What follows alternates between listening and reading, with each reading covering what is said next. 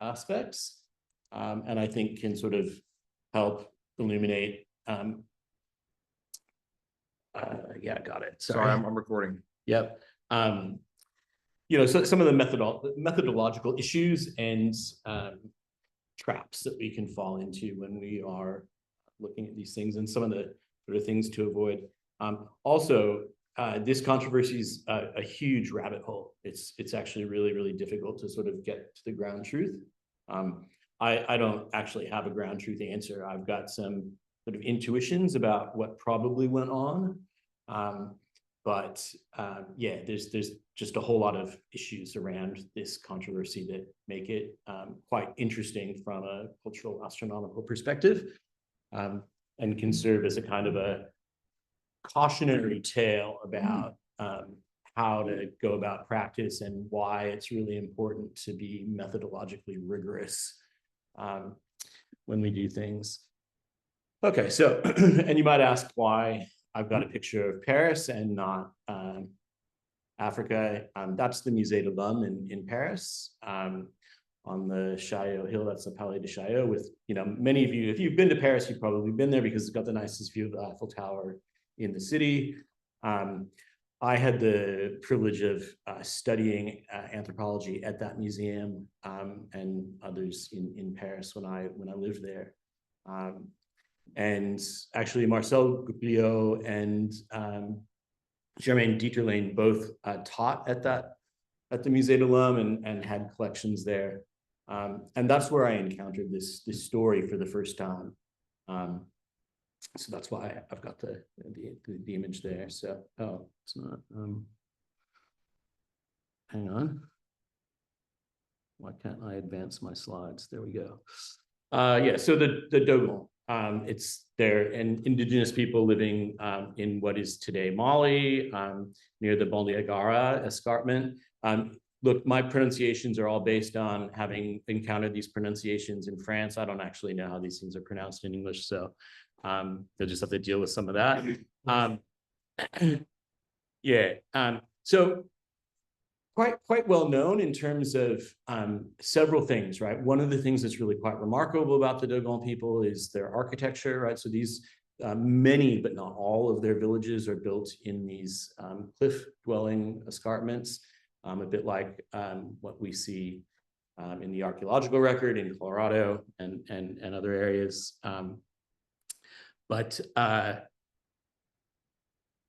And now quite a touristy area, right? And one of the reasons, or if you are sort of ethno-tourism, if you will, and one of the reasons for that is the work of Griot and Dieterlein. So it's agricultural people, millet and sorghum, traditional crafts, right? So these are like blacksmithing, ceramics, textiles, etc. You have some granaries. So one of the, like I said, the architecture is quite well known. So really kind of aesthetically pleasing mud architecture. I think these are female granaries. So they have female granaries. I think the female ones are pointed, but don't quote me on that. Again, not an expert.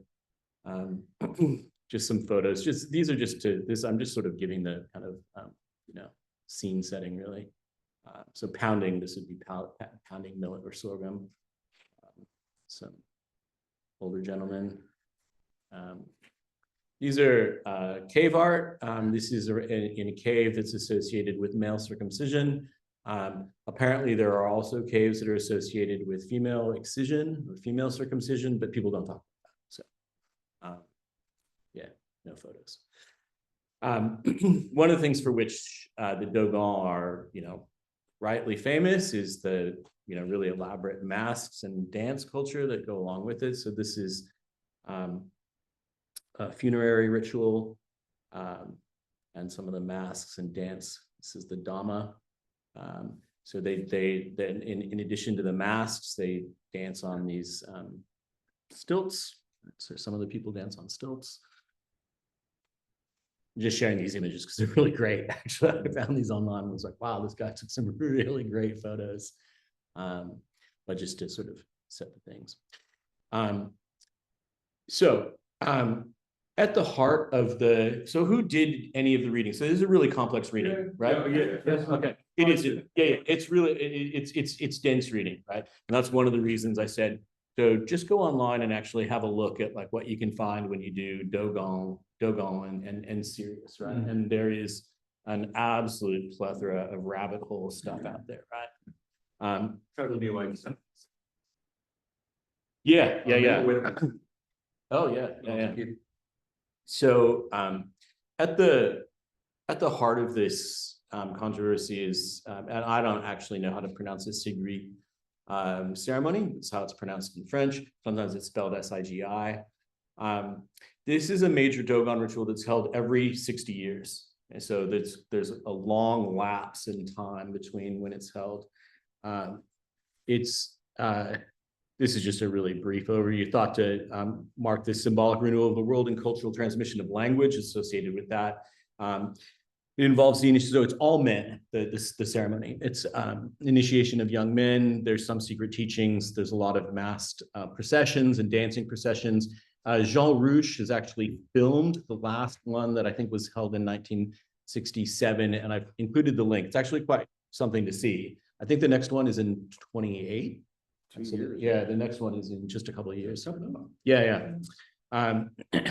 It's a ceremony that moves from village to village, and some sources say that it lasts over several years. And I wasn't able to find authoritative sources that say that.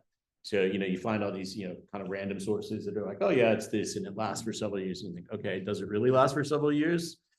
Unknown. So again, I said, I'm not a cultural expert on this.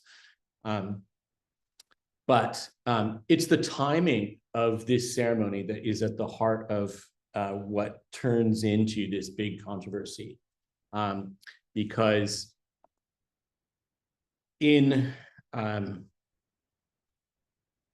I'm going to muck up the year. I can't remember. So basically, Griot and Dieterlen publish an initial article on this, and I finally found an English translation, which I sent in an email today. If any of you want to see, it's actually short, just to have it as a reference. And it's just standard ethnography, right? There's nothing sensational about it at all. Essentially, they describe a bit on Dogon cosmology and talk about the Sigri festival. And they talk about the way that people use pretty ordinary means of counting the years, right? To keep track of the number of years that have gone by and do this. And then they say, right, but the method of counting where they tie knots and they paint a mark on the doors, et cetera, right? That's actually not that important. What's really important is that they use something, and they're not actually really clear about it, something to do with the position of Sirius in the sky, or something to do with Sirius, to time this, right? And then they talk about the fact, and I'm going to put that in parentheses, the fact that the Dogon think that there is a sister star to Sirius that orbits Sirius with a period of about 60 years, 50 or 60 years. And that's what really starts us off, because in fact, we know that Sirius is there's a white dwarf, right? It is a double star system, and it does, they orbit each other at a period of around 50 years, something like that. This was known to European astronomers in the 1850s, roughly. Right, so it's theorized based on irregularities that were observed in the position of Sirius by Friedrich Bessel. And then later, the companion was later observed, I think, by Alvin Clark in 1862. Right, so it's a really small white dwarf. Now, in popular culture, right, this has immediately sparked, or maybe not immediately, but it did certainly spark speculation, ancient astronauts, lost advanced knowledge. And it's important to recognize that it's not just what gets taken by Robert Temple in the 76 book, The Sirius Mystery, and then any of the documentaries that you might see on the History Channel, which are actually really fun to watch. But go into all this, they go Ancient Aliens Channel. Yeah, that's right. That's right. Afterwards, the Nazi Tank Channel. Yeah, but they're linked. But they're like Scott. Yeah. So there's all this talk about the in some of Dieterlen and Greel's later works, they recount some very, very complicated mythology that they say that they've got from this Dogon informant that talk about an ark coming down from the sky with the first people, et cetera. And this gets sort of translated into these are ancient aliens by Temple. And so I just looked at others. 50.1284 years. Yeah. So not 60 years. It's not 60. It's not exactly 60. Yeah. So we're gonna have a little bit of a. I'll just stop sharing for the moment. I can actually. Should I use? Yeah. I'm always afraid that if I stop sharing, then I try again, that it's not going to work for whatever reason. But I just want people to throw out some hypotheses here. So we're going to do a sort of alternative competing hypotheses, right? What are some of the hypotheses that we might come up with? Martin laughs, right? With what possibly could have happened here, and think of some arguments for or against. All right, so I'll start. Right, I'm going to say, and I've got our representative from the Galactic Council sitting here on my right, and he's going to back me up on this. That the Dogon received this esoteric knowledge from their ancient water-dwelling ancestors who came from the planet Sirius and told them that Sirius had a twin star. Right? You say the planet Sirius? Sorry, the star. Sorry, yeah. Whatever. It's secret knowledge. They lived on a planet with the sun. Yeah, that's it. Right. But they seem to have a translation problem with numbers. Yeah. Okay, so that's the being a bit facetious. We said, we can't rule out ancient aliens, right? I mean, it's hard to rule it out. How serious? But it's a great exercise in not, so, I'd love it if it was aliens. Then you've got to persist. Yeah, that's right. That's right. But what are some other hypotheses that you can think of? What are some things that might have happened here? Well, we know the common discussion was that knowledge was somehow brought to them from Europeans. Yep. French contamination. Yeah. Okay. Yeah. So that's that. So Dwayne has listed a hypothesis, right, that they would have received some knowledge in the past, right, from missionaries or explorers. It could have been Europeans, but it's also speculated that it could have been Islamic, right? They have contacts with both Islamic and but you wouldn't be able to time frame on that. It could be a lot further back in history. Presumably sometime after the European discovery of it, right? That however it made its way there, and that they incorporated that into their knowledge system. Amanda's got one. Yep. Sorry, Amanda. When I was reading the background stories, there seemed to be, I know they said directly biblical or Islamic influence, but there's really like a Near Eastern tradition, a bit of Egyptian thrown in there, Phoenician, Canaanite kind of history with the cosmic egg and, the idea of a solar bark bringing people down to Earth and things like that. So there's a lot of kind of mythology that's come in from other Near Eastern traditions. Whether or not that was a translation error, I think the article itself said maybe the translator themselves was educated and had some of these concepts potentially, whether or not it was the cultural bias of the person taking the actual ethnographic record, where they kind of filled the gaps in themselves on what they think was being said. And also potentially, wanting the information given to them to match some kind of vision that they had for this particular kind of situation. So Sirius is really significant in that because it was one of the main stars for the Egyptians, the flooding in the Nile, that all tied to the position of being of Sirius, which is why it was the dog star, because it occurred, you know, Canis Major, and it'd be the summer months that would be the most visible. Yeah.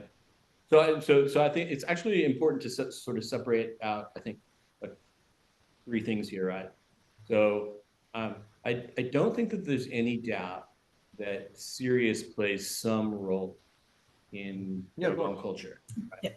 yeah. And the movie, the film by the CNRS, which is like the CSIRO, it's the French CSIRO. You know, they send this astrophysician down there, and they Astrophysician dissect the alien bodies, right? Yeah, sorry. It's the Astrophysicist.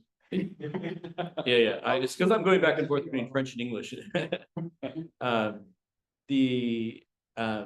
You know, and he says, look, like they said there's observations going on, right? The the rising of Sirius, right? It's hardly any surprise that people would be looking at that. So that's, I think, one thing, right? That there's Dogon astronomy, right?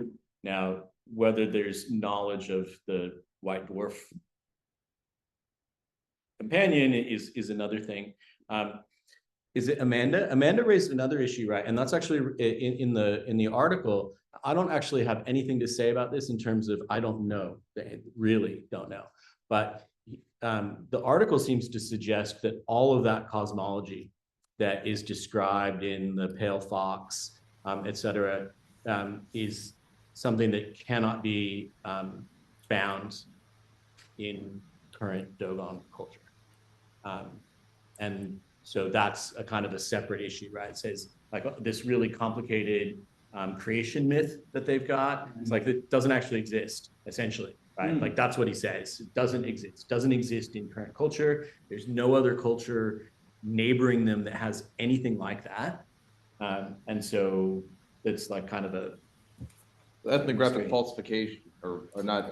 He said he wasn't able to replicate it despite numerous empirical attempts in order to be able to try and track down that particular mythology. Yeah, So- that's right. That's right. It's research or fabrication. Not necessarily, because Not necessarily. informant seems to have been extremely intelligent. Yep, that's right. Yeah. It was just one guy who was, you know, allegedly initiated the anthropologist into this, but very possible that 3 or 4 others. Yeah. yeah, like creative expression of one person's vision of what the Yeah. That's mythology right. meant. Yeah. I think fabrication is probably strong, and Van Beek certainly doesn't suggest that Griel or Dieterlin were fabricating anything. When we were discussing in France, we talked about confabulation. I don't actually know if that's a word in English, but It is. okay. But yeah, so that you would be sort of co-creating a sort of this thing, right? And that's certainly a possibility, right? The other possibility, and Van Beek raises it, is that this is lost knowledge now, right? I mean, it is definitely possible, right? That some of this, okay, maybe not the white dwarf thing, but the creation myth and this mythology has been lost or modified over time, right? That's what some commentators.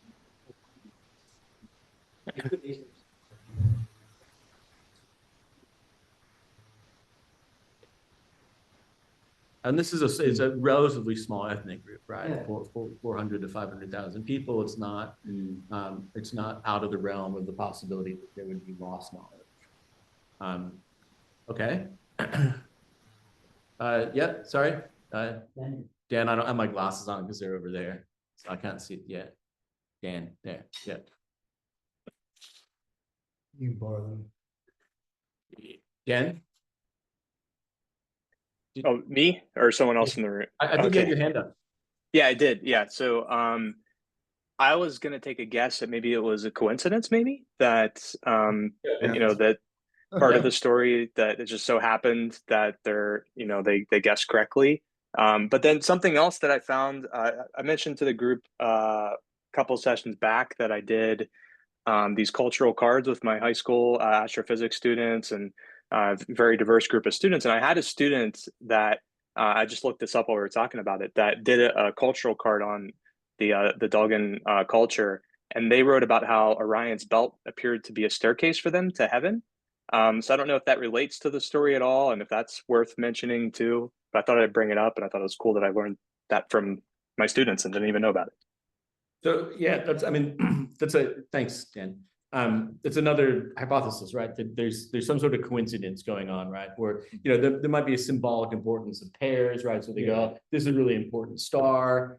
There's an importance of twins. It's a bright, you know. So we're gonna say there's a pair. Yeah, something like Pair and shock. Yeah. So there's in fact it's a coincidence that there is actually a white dwarf star doing it, but that there was some. And I know that were being intended to be meant in some kind of, there is a physical. That's right. And we met, you know, and the timing of our ritual happens to correspond with the orbit of this thing, right? Like that's Except it plus or minus 20%. yeah. Well, yeah. Close enough, everyone goes close enough. Yeah. It's not like they're observing it for 50 years and Yeah. you know, getting it wrong and losing count of the years. Yeah. And that seems important. I was just going to briefly wonder about I know we were just saying Sirius is obviously a very significant star, even visually. We don't talk about that side of my family. But there's a lot of invisible binaries, like to the naked eye. Most stars are. Yeah. So is it really that good a guess to come up with a binary companion? Because even 5 years ago, 10 years ago, astronomy had binaries. There are. Yeah, that's right. And all of a sudden everyone's going, oh, it's actually unusual not to have a binary. Yeah. It's the majority of systems are. Well, the majority of stars are binaries, and you know, I don't think they would have guessed that. I think that's. Don't we have the Nemesis star? Oh, it's floating about out there. Keeps us. Oh, yeah. Been in the dark about that. Getting Planet 9 are getting for coffee. But is that worth considering that it's just if you're trying to play down, oh my God, that's so amazing a guess that well, it turns out it actually isn't. So everything that I've heard so far is mentioned at some point in some of the discussions of these, right? Like that. Well, actually, you know, there's a lot of that you know, male female. There might be some male female binary to it. So. What is interesting though, right, is that Van Beek can't find any trace of this stuff, right? And he's not the only one. He's not the only one. There's other anthropologists who've gone, look. Oh, sorry, Amanda, you've got your hand up again. Sorry,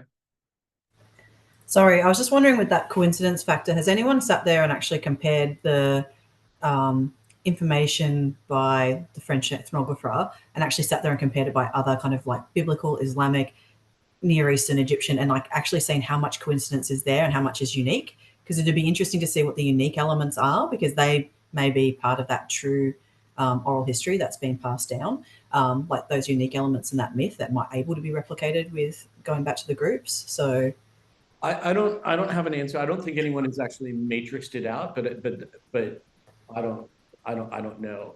So certainly there are some where, you know, you look at like there's the drunk Noah myth, right? It's like it's almost word for word Genesis, right? And it's like you go, okay, well, like that seems like a clear case of what you know, syncretic, right? I'm going to say it's syncretic. It's not. It's and Dogon culture is Van Beek mentions it, right? It's a syncretic culture. It absorbs elements, right? And most cultures are to some degree or another. You absorb elements, and then it just becomes your own knowledge, right? At some point. So, but I don't think anyone has matrixed that out. It'd be interesting to know. I have not read the Pale Fox in its entirety, right? I mean, these are complex ethnographic texts, and you know, it's not, again, my area of expertise. What I really am interested in is the kind of archaeoastronomical one. So issues. One of the you did say that stars weren't really common either, like in the rest of the mythology, was something that they noted that. Sorry? They were kind of noting as well that astronomical properties generally weren't very common in the kind of. In the Van Beek article? Yeah, how he was saying. Yeah, that's right. Yeah. Basically says there's really not a lot of interest in astronomy generally. But again, right, that's not actually necessarily that surprising, right? If it is an initiate culture, then it's not something that you'd expect your everyday person to have much knowledge of. Whereas Van Beek says it's not an initiatory culture. Says that this kind of secret initiative information is pretty limited, and what it does have to do with is circumcision and these kind of rituals, but not secret astronomical stuff. So again, it's really hard, right? I don't have Tim's got his hand up. Tim? Yeah, hey Maureen. I'm just wondering if that seems like an incredibly long period of time for an ancient culture to be able to maintain in terms of a memory. What was there any particular significance about the 60 years? Because that's multiple generations for groups with relatively short lifespans. I'm just wondering about those sorts of things because it's a long period of time. It is a long period of time. Greel's explanation, I think, is that that's the life of the original ancestor. I don't know what the real explanation is for that. I don't think that there's a controversy about the fact that the Sigrid ritual takes place every 60 years. So one of the things that big mask, the great mask that gets built, but not worn, is then hidden in a cave, and the masks from the past rituals are kept in that cave. In one of the films, I think it's the Pale Fox film, which I did not link to because the quality is so bad. It's on YouTube. They go to the cave where it's stored, and so you can count back the number of years, and I think they count back to 18 something. When Greel was doing it, he said he'd counted something like 500 years worth of masks in the cave that he did it. So yeah, I mean, it's a long time, but I mean, Dwayne and Lynn Kelly and others have been telling us just about how long oral memories can go for. So Yeah, 60 is nothing. it doesn't really seem that surprising to me that people would count 60 years off, and you know, it's But how do you transmit the knowledge of how to perform the ritual if it only occurs every 60 years? The people who perform it are presumably old when they perform it. Yep. They're dead by the next. So when you see it filmed, right, there's old men involved, there's younger men involved, and there's children involved, right? So I presume that that the fact that it is only held 60 years doesn't mean that people only don't talk about what might happen, right? They make the millet beer and they do all this other stuff. So the components of the ritual aren't every 60 years, practicing them. yeah, I mean, In between. again, not an expert on Dogon culture, and I'd like to be able to answer that question, but I can't. You know, why and how that work. But I do want to just quickly, before we go on, I'm gonna just leave the hypotheses aside and just kind of go back to the thing to, you know, a lot of what I'm going to say is not obviously new to anyone in this room, but I'm aware that part of what we need to do is talk about methodology and the importance of methodologies, particularly for our students who might be going out and doing ethnographic field work, et cetera. So one second, sorry, I'm not gonna. Yeah, so that's a quote from the original article, right? So you know, they sort of say we haven't even raised the question of how it is that they might have known what was going on, or posed it, right? Well, they're posing the question while saying they aren't, but classic rhetorical technique. But anyways, sorry.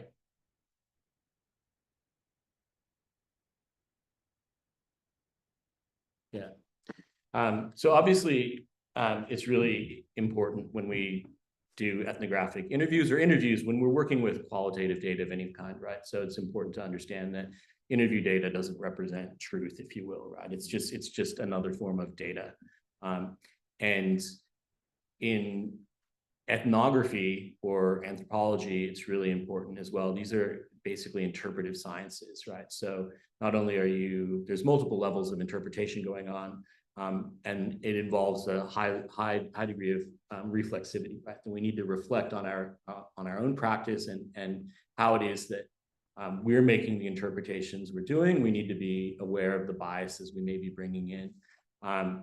And something that's, of course, known, and that's why I use the word the whole truth, right? Something that's known from courtrooms, right, is that participants may be inaccurate even when they sincerely believe they're telling the truth, right? They're telling you the whole truth, right? People still make mistakes all the time, right? We know this very, very well from experiments in psychology, et cetera.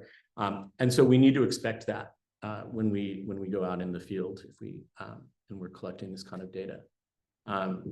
So things that can influence interview data, right? Our own cognitive biases. We may have theory-driven biases, right? If we're really interested in astronomy, we may be going out there and interpreting things astronomically, right?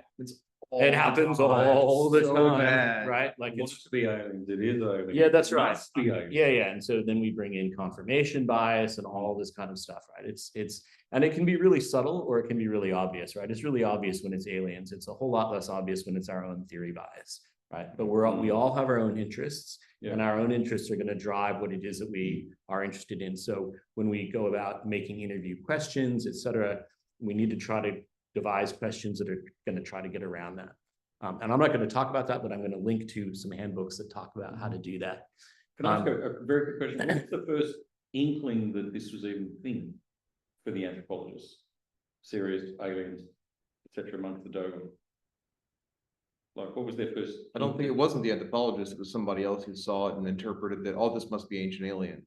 Yeah. So Sorry, it's no. So Griel and anyone first. No, Griel and Dieterlen don't mention aliens. No, it's really important. Like they're No, I get that. They're serious anthropologists. No, that's a hell of an argument. Yeah. No, back in the day. Yeah. I mean, where did this start? I think it's Temple's book in 76, but there may have been earlier inklings of it. But yeah, it's a little bit. So like Temple said 1976 is what, 5 years after Van Daniken's Chariots of the Gods, right? So there's the whole I just, sorry, it sounds blunt, but I just wondered if in that book he concocted the whole thing or whether he was getting it even hearsay from some other source and running with it. No, I think he read Griel and Dieterlen pretty in depth, right? But just went off with a Van Daniken type interpretation of what it is, right? Yeah. So anyways. Anyway, sorry, I know it's inside, but no, it's good.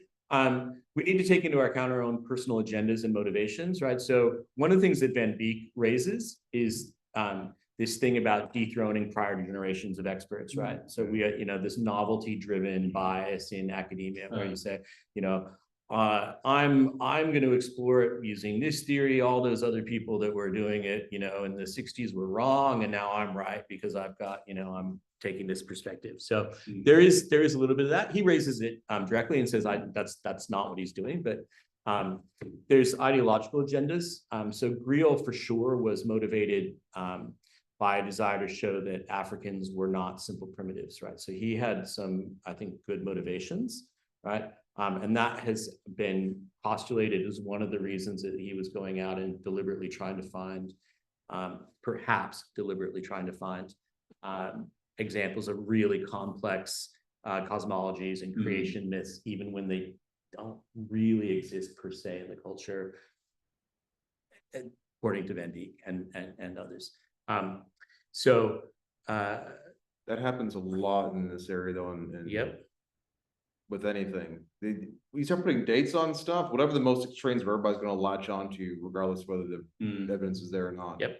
There's a shell midden found out near Portland, which may be natural. It might not actually be a shell midden. Everybody says 100,000. See, we were here for 120,000 years. I was like, hang on, that's not what it's saying necessarily.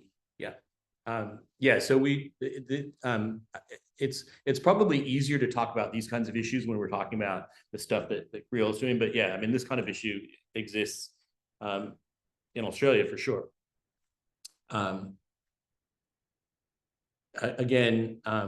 Participants, right, we need to understand that they can also have cognitive biases. They can misunderstand questions or not reflect on them enough when they answer. So a lot of times when people are asked a question, they don't want to appear stupid. And if something is going on as a conversation, they don't want to leave a long lapse in the conversation. And so there can be a tendency to reply quite quickly without the reflection that's necessary to actually give a complete answer. So this is something that we need to be really aware of, right? And then there's all kinds of political, economic, and ideological motivations, right? People might want to look better, right? They may have economic motivations. In the case of Briel and Dieterlen, and that was quite common at the time, informants were paid. Right? So there's economic motivations, right? There's association at the time with, the white man that made it, a problematic colonial experience as well. And these kinds of things haven't gone away, right? Is it worth mentioning demand characteristics? Yeah. There was an issue for a long time with organizations like the Australian Research Council, where you were not allowed to use ARC funding to pay elders for their time, which they've changed now. But one of the motivations they had initially for that, which I strongly disagree with, although at the same time, I'm sure it's happened at least once, was the idea that, oh, well, if you offer to pay people, they're going to sit around and tell you whatever they want as long as you're paying them. And I was like, oh. There's a lot of issues with that. I'm sure something like that may have happened at some point, but now they've changed the rules where that's no longer an issue. You are allowed to pay the elders for the time, as you'd expect, of course. But Look, I think with these kinds of things, it's just things that we need to take into account, right? We need to be clear, right? So, so somebody may want to be bringing tourism into their area, for example, right? And so they may be giving information that might, be seen by, be popular at the time, all kinds of things, right? So we just need to sort of understand that that's happening. Particularly when we're doing interviews, though, there's things like framing effects, right? The way you ask a question can do it.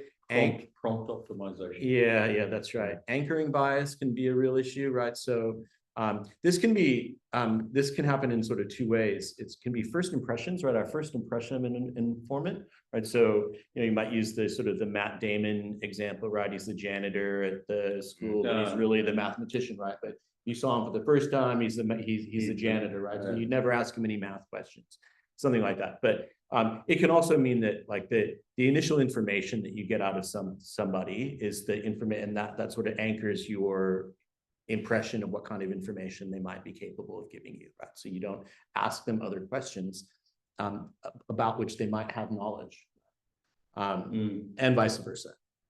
Availability heuristics really common too. So you might it's easier to remember some information than others, right? And so, and particularly in an interview situation where you're asking questions and they may want to be giving a prompt response, they're giving you the information that's readily recallable, but not necessarily all the information, right? So this is, we might give it undue importance, even though it's not actually that important. It's just easier to remember.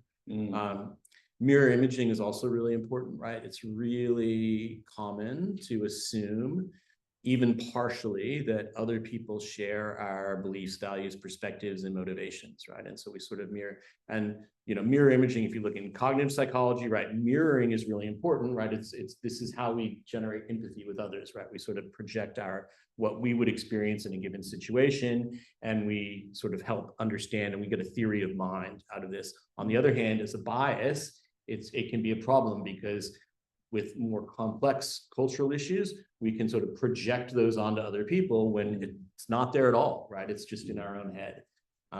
These are things that we need to be really, really conscious about.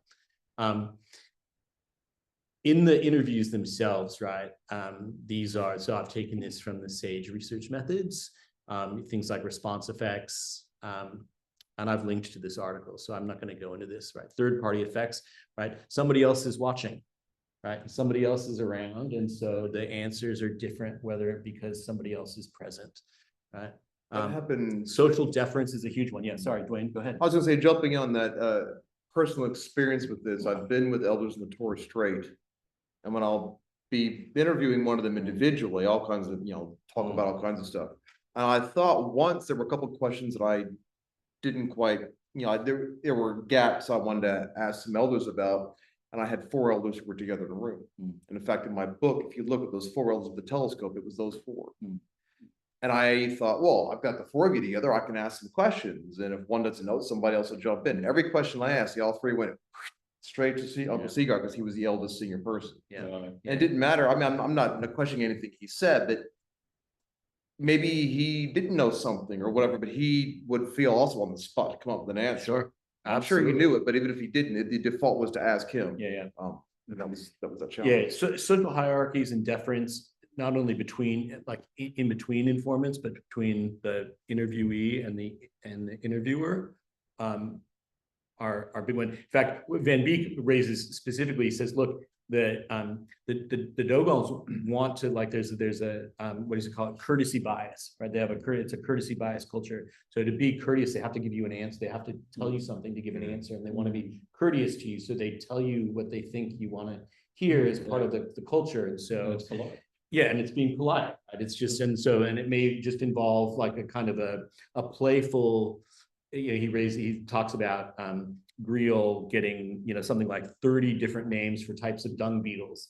So, well, when I did this, I got all these names too, but they were just making them up on the spot because they were just sort of playing a game. But, maybe they do have 30 names for dung beetles, right? Or maybe they were playing a game. It's hard, right? Like, the Italian is what it's referring to, demand characteristics. Yeah. Which is not in that cultural context, but it's very common in all kinds of research environments that research participants will often want to help. absolutely. So they want to give you. Yes. And so that they think you want. Yeah. And so if your research, if your question is framed in such a way that it reveals what you are looking for, participants will often jump in and That's right. give you that answer that you're looking for because they want to be helpful. Yeah, absolutely. Yeah. For sure. It's a big one. Yeah. Good point. So all that though, if for students, for people that they're new to it, but also for those of us that aren't, right? Or, it's been a long time since I've done interview type stuff, right? And it's important that we don't get paralyzed by our own reflexiveness, right? By the fact that there are all these issues with interview data does not mean that it's bad to go out and get interview data, right? But it's really important to be methodologically rigorous.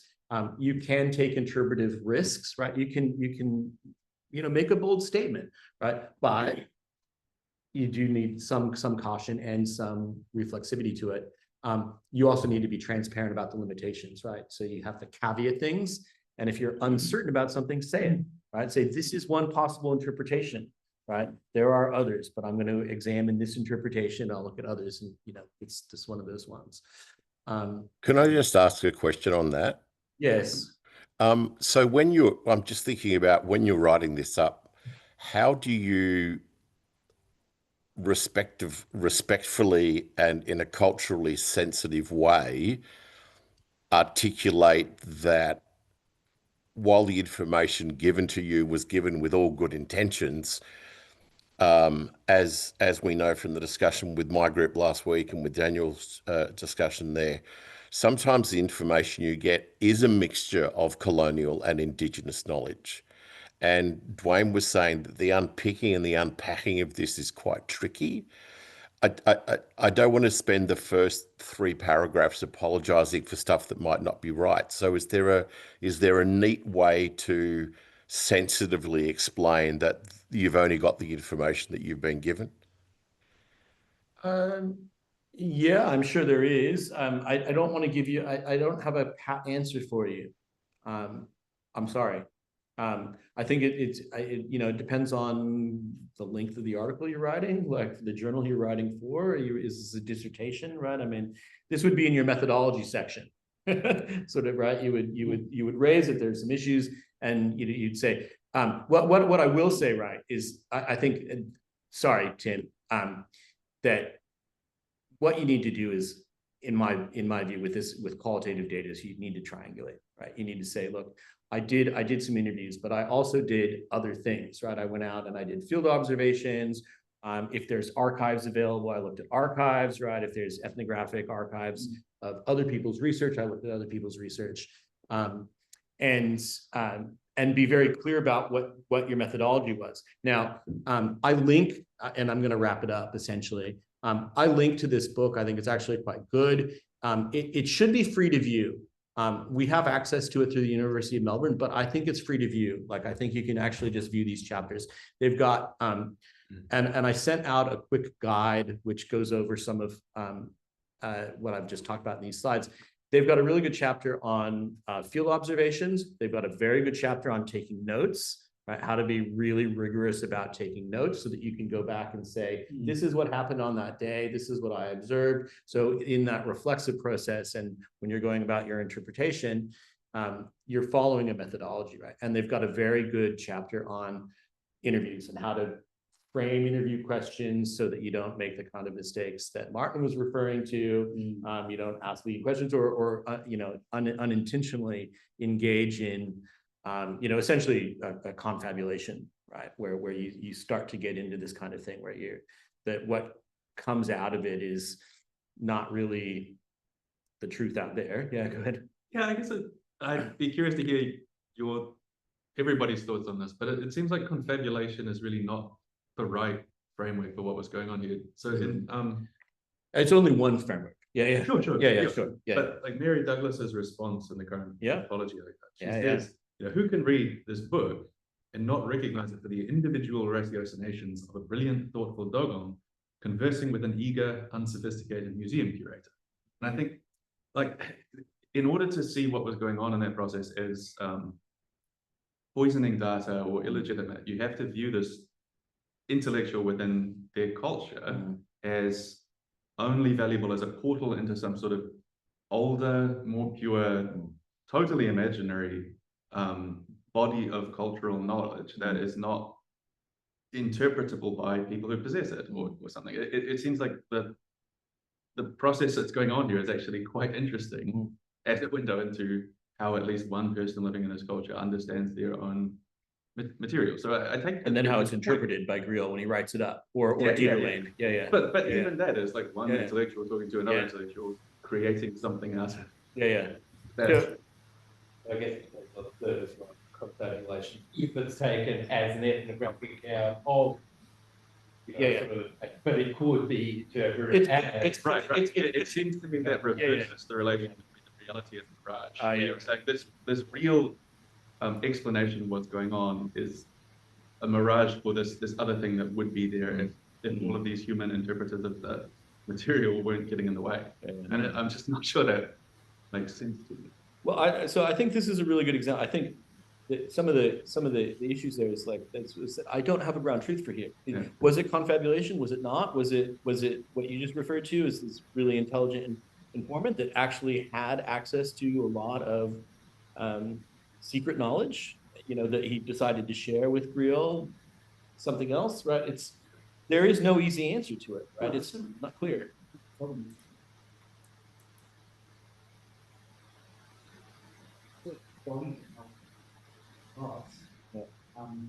this is the second last. Yeah, that's right. It's quite different to what else went on beforehand. Phases, there's phases in his work and Dieterlein's work, right? Amanda's got her hand up. Sorry again, but did Griel actually understand Dogon language? Because it mentioned that he had interpreters, so there's another level of potential translation or absolutely. I think that his knowledge of so he studied at the Institut de Langue Orientale in Paris and at the École des Études Pratiques, I think. He studied ancient languages and he had some knowledge of African languages for sure. But Dogon language specifically, I think that he was rather weak in it, at least in the beginning. But again, how good he could speak it at the end, how well he could speak it, I don't know. Dieterlein lived there for many years, right? Dieterlein maintained a house there, and I don't know where she died. Jean Rouge, some of the language in the video. I mean, Dieterlein for sure was pretty conversant and lived there for many years after writing all that stuff. So but for sure, the whole language issue is another one, right? Like if you're relying on translators, right, it's just another layer of interpretation and translation. I know Lynn Kelly spoke about this a bit in some of the experiences where, seen a bit more, where it was exactly what you mentioned before. There's not necessarily saying we're doing this here, but there was that idea, especially in the colonial context, of working with, you know, the cultures that were the exotic other, where it was the museum academics and the anthropologists who really understand how things work, and they would go talk to these people to try to figure things out. But it was reframing things, like as you described, and their perception is like, who is this dumbass, you know, anthropologist who doesn't know their head from a hole in the ground, talking to me like this, think they know stuff, you know, really framing it into what was supposed to be. And Lynn Kelly talked about how there were many Aboriginal elders who just refer to these white informants like they're idiots. Like, so I don't know that so particularly with Real, right? His relationship with the Dogon is complicated. One of the ways that he established a rapport with them was that he helped them build a dam. They didn't have a dam, so he went and he helped build a small dam on his mission. He helped them, show them how, I think, essentially. So he gave it to him. But he was also known for being, you know, really like, I want this, right? I mean, this guy was a collector of masks, right?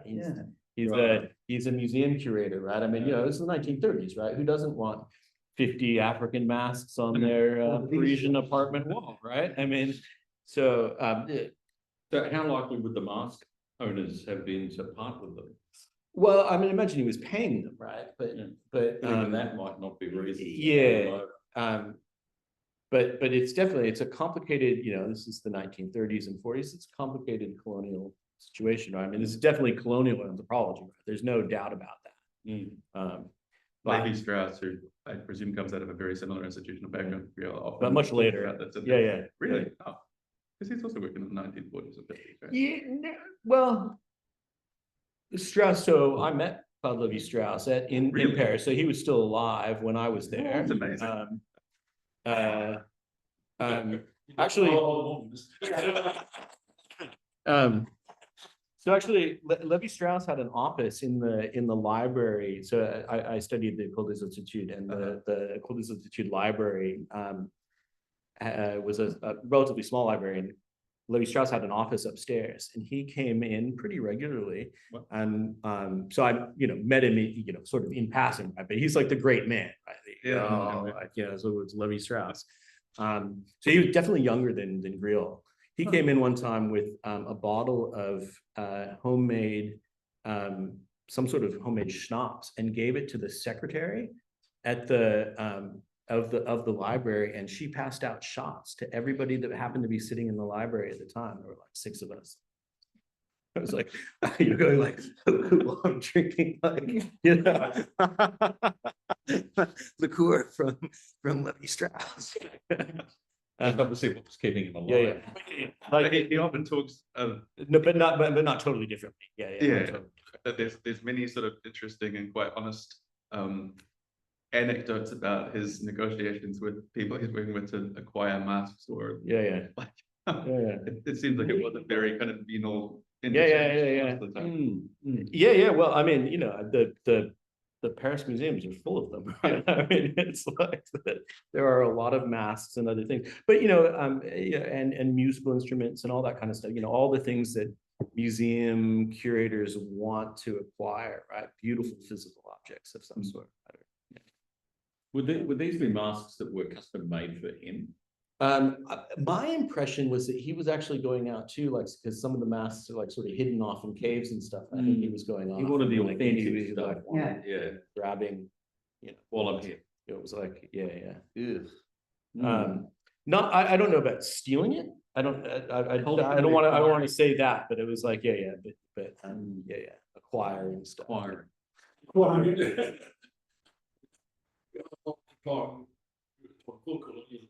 Oh yeah. That's right.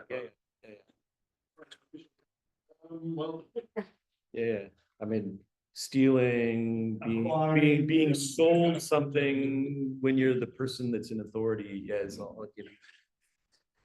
Or gifted. Sure. You have to raise all these questions. I mean, that's for sure true. But anyways, it's 3:40, I think. There was one that I wanted to bring up for this. It's really important. This brought me back to old research I had done. And this comes up in terms of interpretation of something physical. There were lots of discussions about interpretations of certain types of rock art, for example. And it was a very common interpretation for a long time to associate crescent moon and a star, which globally is known as, it's crescent moon, waxing moon, and Venus. Usually it's a morning star, sometimes it's an evening star. You had examples of places like Chaco Canyon, where it was viewed as, oh, well, this must have been the supernova of 1054. And there were lots of interpretations and of these in rock art saying these were supernova motifs, which became very popular. And Ed Krupp, who's pretty prominent in our field, who is the director of Griffith Observatory in LA, the one that's up on Hollywood. He actually went out and surveyed a bunch of these sites, and he found that what you actually saw in the rock art was nothing at all was published in the literature. And this is a famous example when it comes to these descriptions. So they had the people actually do like sand drawings of this stuff. And what you really saw in reality was a sort of loop with all these different motifs and figures inside of it. But what got published in the book were all those erased except for one, which initially it said, oh, this is Sirius, and this must have been the orbit of Sirius B. And then you compare that to the orbital position of Sirius B, it kind of is similar. Therefore, that, Sirius question mark just became Sirius. And was this its orbit? That's an interpretation, became that. The truth became, the truth emerged, as a fact. Or that interpretation emerged as a fact with that. And it was really challenging because I've seen this happens all the time in archaeoastronomy.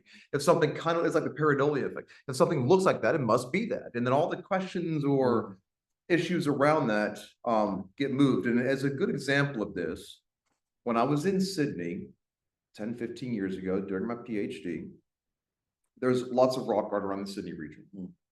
And up in Ku-ring-gai Chase National Park, which is super concentrated rock art, that's where you find the big famous celestial emu engraving, which isn't known if that's actually the emu in the sky or not. It just happens to look like an emu floating with its legs behind it, and it lines up to the Milky Way at that time of the year. But that's the extent of the actual evidence. Nearby is a place called Basin Head Track. And Basin Head Track features lots of motifs of sea animals and weaponry and of human figures. Ancient aliens. Both male and female. But there's a very curious pair of motifs. And one of them shows a hermaphroditic figure, as it's described, which is got the breast, which usually show that it's the woman, and the penis, which shows the man. It's got both of them. And just below that are two figures, a man and a woman, who are sort of partially crossed over. They're standing like this, their arms and legs out, and they're partially crossed over. And above it is an upside down crescent. Now, the moon never appears as an upside down crescent on the ground. It's always the other way around. The only time it could appear as an upside down crescent is if there's an eclipse. Now, this is absolutely no evidence, in my opinion, whatsoever that this represents an eclipse. This is exactly what we're talking about. If you're an astronomer and you're looking at something rock art, you're going to find astronomy whether it's there or not. You're always going to find it, because that's just that laundry list of biases, right? Well, this got promoted, by my advisor at the time, and even I was kind of like, oh, this could be interesting, as eclipse rock art, because a lot of times the sun and the moon are described as a man and a woman, and this is them partially superimposing. This is going to eclipse, and of course it disappears and they're completely superimposed, and you see both sets. That was one of a bazillion possible interpretations, and nothing more than an interpretation. There was nothing ethnographically to support it, anything like that. But in a series of papers, it got put in, oh, this could be eclipse rock art. And even though there were all kinds of qualifiers, whenever it started making the rounds in the media and social media, those qualifiers would disappear. Now, a few years later, I was out there during the day, and I was trying to get some photograph and see the site, because over time, with more and more people going there, people were going in and scratching out the genitalia. Like they were defacing the rock art because they're idiots. Putting a fig leaf on it? Yeah, right. But when I went over there, there was one of the park rangers there. And most of the park rangers are Aboriginal guys. And we got to chatting about stuff, and he asked why I was there. I said I was looking at some of the rock art, and I had an interest in astronomy. I didn't go into detail, about what I was doing. He said, "Oh, I want to show you something really cool." And as soon as he said that, I almost instantly knew exactly what he was going to do. And he took me straight over. He takes me out of the art. He says, "This rock art right here, this shows an eclipse." Mm-hmm. And it wasn't, we think maybe, but it was matter of fact, this is what this means. And I thought, oh shit, like this was our fault, for planting that. Because when you plant a sexy idea in something like that, something that's really attractive and it really gets people going, like supernova in rock art, whereas Venus and the crescent moon are mundane, as people might think of. But when it's a supernova, when it's unknown knowledge or forbidden knowledge or something, and then everybody gets really linked into it, which is why this is so prominent. But that's such a huge thing that happens within our work, and it's happened within our group. Yeah, I think I mean, I've been guilty of it, of similar.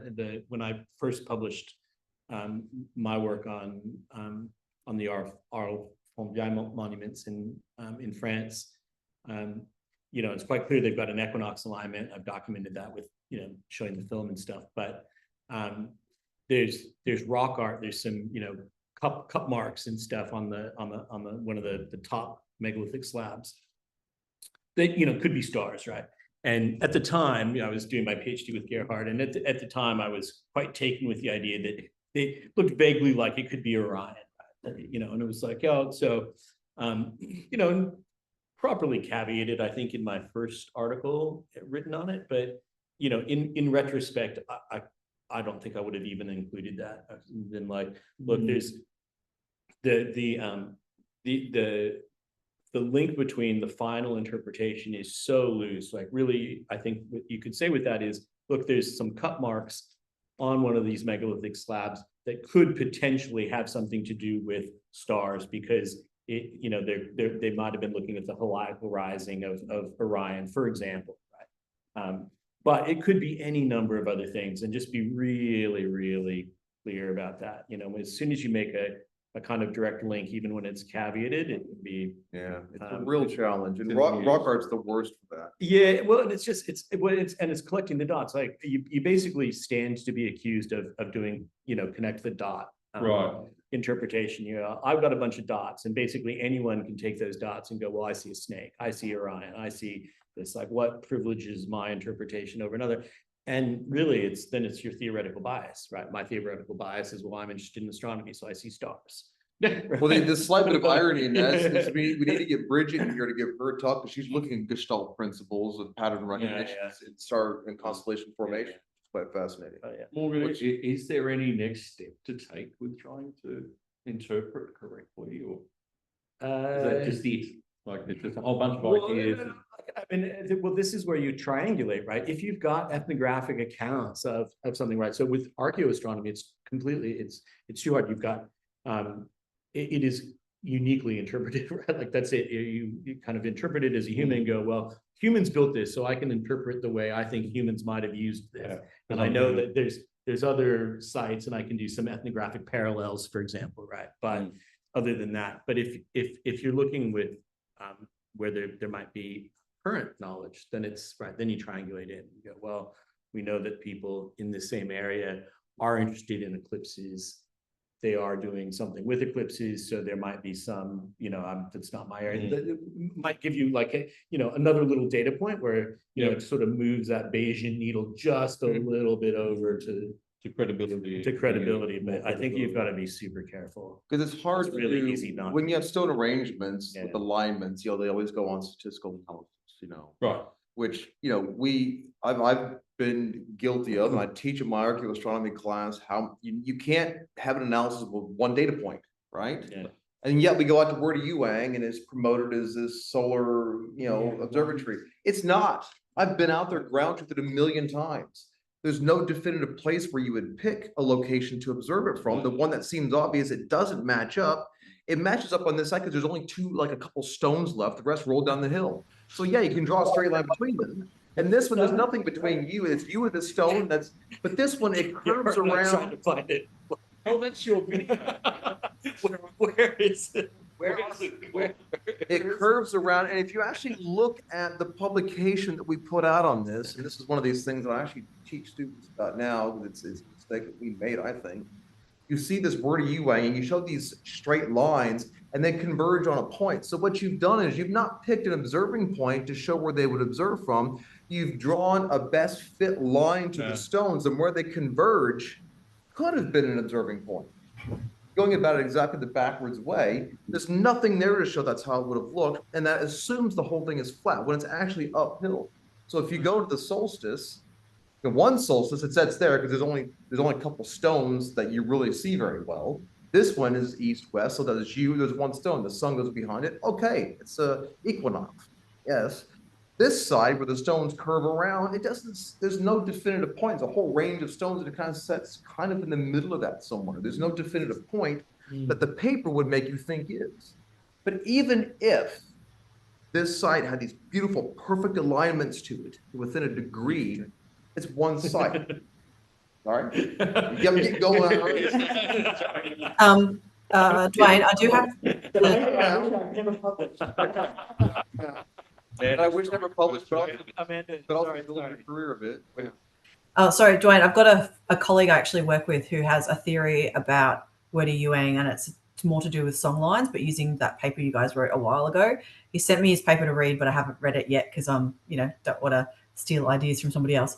But I might pass him your way because I don't think he thinks it's necessarily a solar observatory either, but it's more. Say it's not. Yeah, I'd say to do with landscape. So. But yeah, it's more to do with landscape stuff. He's been researching song lines across like Wadawurrung country for a bit. Makes sense. And because something else that the other guys that Uncle Reg and them have noted is when they squat down and they look at the stones, they look like the background mountains. Yeah. And that kind of connection would make a lot more sense. But I think you got a bunch of stones, you got mountains are going to look similar because you've got geography, right? But to go back to what you said, that's mundane. Yeah, exactly. Nobody wants the mundane stuff. They want the super exciting stuff, right? But the mundane is where the real. I mean, but it's the concept of it. Yeah. I don't know. So this is something I encounter lots working on the ancient world because lots of people think the best thing that you could do for the Egyptians or for Mesopotamians is show that they had some sort of precise mathematical knowledge of this or that astronomical fact. Yeah. In this case, like the Sirius being a binary star, why would that be a possible achievement of the Dogon? And why would it matter to them? Right. I mean, do they have some kind of conception that stars are bodies that move in differentiated space? Yeah. Probably not. Very few pre-modern people did. Although it was one of the theories was that they've got like that the Dogon genetically have a different eyesight and we're able to be able to. I've done that with TOs as well.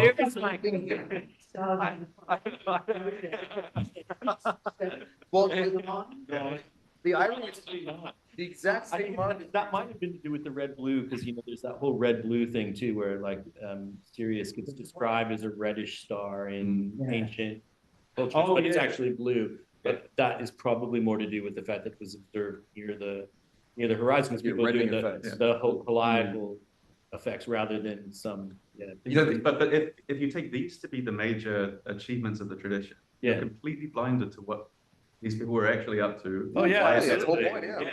That's right. No, it's for sure. Like it's going like I'm well-intentioned, so I want to show that these people weren't primitive. So I'll show that they were on the road to modern science or something, or on the road to modern agriculture or something. Instead of going, no, they should be respected for the knowledge that they had, which enabled them to survive in their own environment and have this whole knowledge bubble. Totally different values. Yeah, that's right. Why are we so hung up on calling it agriculture? Why can't it just be a gradation? Yeah, without. That's the political side of it, which indigenous astrology is rife with all of this. I'm sure we're going to see this at the conference as well. Yeah. And I've been guilty of it myself a bit. And I had to catch myself. Everyone. The agriculture example is great because it's like, no, they weren't. They were like us. They did their food production in the same way as us, and that's what makes the culture valuable. Yeah. But if they didn't, or they were on the road. They were on the road to civilization. You're like, why is there's no road to civilization? You can value the culture for. Why is that particularly? Sorry, what was that? Sorry, Prem. They're on the road to little bottles of standardization. Oh, right. That's right. Yeah, of course. Yeah. But this is the idea with quiche and brie. with so much of this stuff in archaeoastronomy, it's what people nowadays, what is popular is they want what they think is all this super sexy attractive. It's all supernova and eclipses and aliens and hidden knowledge. And what they think is mundane is all the practical stuff that keeps you alive. That no one wants to hear that they built the pyramids using like simple mechanical advantage. Yeah. Right? Yeah. That's like a rejection of what is interesting about the culture. Yeah. These people will be interesting to me once I can convert them into the kind of like sci-fi stuff I watched as a kid. It's just that's right. which is cool. Yeah. And it's actually, I did want to make that point, right? It's we've been very dismissive of ancient alien culture, and actually it's a proper area of culture. If you're like a modern anthropologist and you want to study pop culture or something, there is absolutely no reason that you wouldn't want to go and study modern mythologies, and of which ancient aliens is one. We make a lot of jokes about it, partly because I didn't make jokes when I was a kid. I was totally inspired. Oh, yeah. You see that one, right? What's that? You guys, you probably already seen this. Sorry to the guys. He's just showing a cartoon. I'll show the name. I'll show the name. Summary of the History Channel. The History Channel. It doesn't mention what shows on there about a It's just Oh yeah. Yeah, but when it's not aliens, it's Nazis. Nazi aliens driving that live in the Hollow Earth. The Hollow Earth. That's right. Yeah, That's the whole thing you win. It does see in modern globes they put the things in the top there to plug it in, right? But wasn't that mostly Hess? Wasn't Hess the one who was all the weird, crazy, paranormal, esoteric kind of crap? We've gone well beyond anything of academic value. We're gonna go and have. I disagree. We're considering the human propensity for the big story. Yeah, that's right. It's very academic. And this is what drives our research all the time. What's the hook? What's the hook? It's gonna get everybody excited.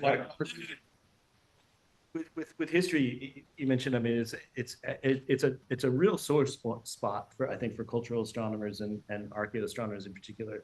As soon as you say to somebody, "I'm studying the megaliths," it's the Celts, right? Yeah. Or came thousands of years later. It's Celts, Druids, or it's aliens, right? And so you sort of get smeared into this whole thing, where you kind of go, "What were you talking about?" And you're like. Because the people are going to make this leap. No. What's frustrating about it is that it doesn't seem to be any evidence today. No, there's none whatsoever. None. A friend of mine is a total conspiracy theorist. He's talking about it's in the pyramid. It's been found. It's claimed to be a factory. That new bullshit theory. Or an ancient nuclear power plant that melted down, and that's why there's the uranium whatever site. They're trying to say that they're power production plants or something, and that the chemicals, they're supposed high trace amounts of like ammonia and other things supposedly that have been found. That's right. My favorite is the Nazca lines, where that's where the aliens came down and landed their space on ground, like giant chunks of rock out in the desert, because that's how aliens in the shape of a spider. They landed in the shape of a spider. Makes sense. Yeah. Right. But what we did when I was teaching Indigenous astronomy at UNSW 10 years ago, for one of the last classes, sort of like what you do, Gerard, in archaeoastronomy, I had them read a paper that was written by a South African researcher, and he'd written this great paper on UFO belief in a remote Aboriginal community. Sort of an ethnography. And where it came from is you have these ancient traditions about our ancestors coming from the stars. And then what would happen is sort of, the last couple decades of the almost at the 1900s, in the last 30, 40 years, remote communities started getting TV getting cable, and all of a sudden they were getting the History Channel. Exactly. And they saw this is it's History Channel. This is something from the right, and it's legit, right? And they were just translating that directly. Why not? And it came from programs like, we used to call it the Hitler Channel back in the early. Yeah. But it was all Well, there's tourism around there, right? I mean, it's like, if you can be like, there's the aliens, blah, blah. It's like, have you been to Whitecliff Well? No. So Whitecliff Well is this little roadhouse up north of Alice on your way to Tennant Creek. It's just a roadhouse, but it's considered the UFO capital of Australia. You go there and they've got like,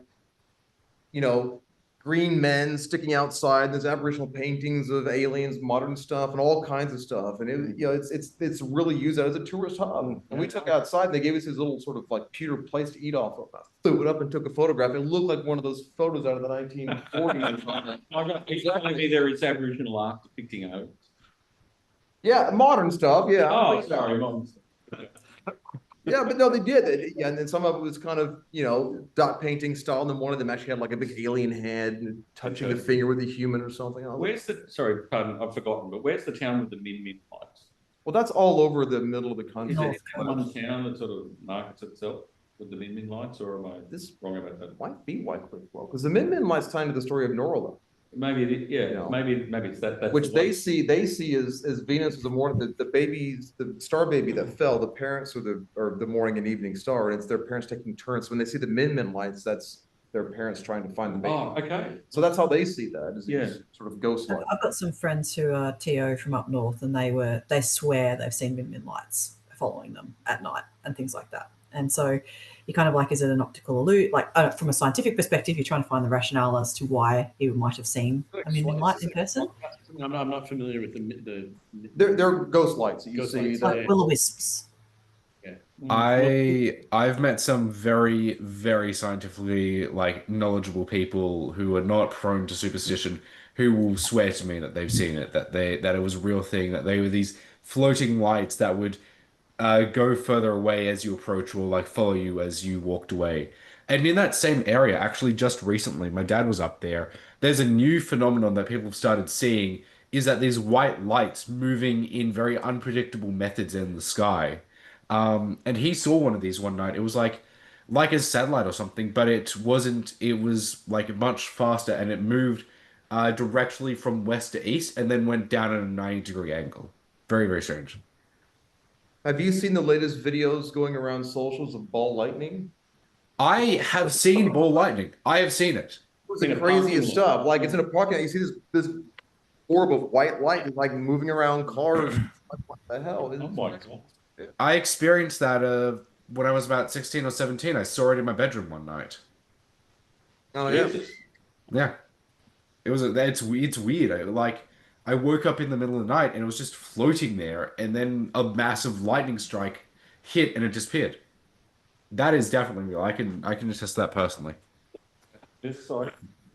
All right. I have a fun one. Hanging around trailer parks. Sorry, Dan. I have a fun one to share before we go. Hey guys.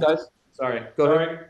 Oh, sorry. I'm reading this book by Adam Becker. He's an astrophysicist. It's called More Everything Forever: AI Overlords, Space Empires, and Silicon Valley's Crusade to Control the Fate of Humanity. Oh, and sweet. it's a really interesting book, actually. But at the end of one of the chapters in the footnotes, he references this archive paper from Jason Wright, who's a SETI researcher out of Penn State. And he had this paper called Prior Indigenous Technological Species, talking about how geological events, would erase any possible evidence of past technological life in our solar system. And I just thought it was kind of interesting. I'll put the link if anyone's curious into the. Oh yeah. It's an interesting argument. Hard to rule out. Oh, exactly. I like Jason Wright stuff. Yeah. It kind of reminds me, this kind of reasoning is very similar to the Younger Dryas Comet Impact crowd. Because there's no evidence. Well, yeah, but it melted by the ice. It was ice that melted on impact. That's why there's no evidence. So the lack of evidence is somehow evidence of evidence. It's what was that old murder mystery where they used an ice dagger to kill somebody, which melted and there's nothing left. It's that same thing, which I find hilarious. With an ice block underneath it. That's right. All right, folks. Thanks everybody for coming in. Thanks. Cheers. Thank See you, ya. everyone. Thank you, Morgan. That was great. Thanks, everyone.